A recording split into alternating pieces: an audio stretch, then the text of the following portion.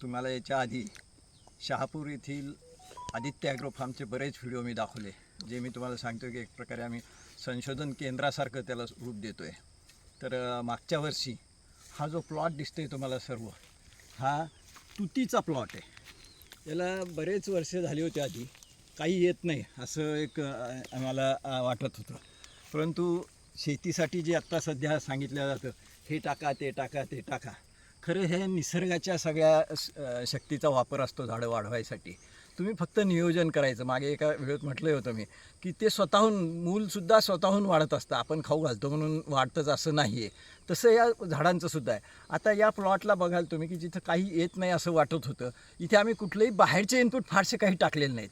Proper आमच्या कॅप्टनचं management आणि आमचा जो स्टाफ आहे, दोघंही जण आहेत, मामा आणि प्रमोद, हे दोघं जणं जे काय मी सांगतो आहे ते ऐकून त्याच्याप्रमाणे फक्त कटिंग करणे, वेळेला पाणी देणे एवढंच इथं करतात. आणि त्याचे फळं बघा, केवळ 2च वर्षात हे किती बेरीज लागल्या आहेत इथे.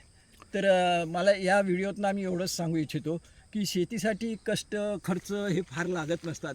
केवळ मॅनेजमेंट, कृषी विज्ञानाचा वापर केला तरी आपल्याला हे असे रिझल्ट मिळतात. धन्यवाद.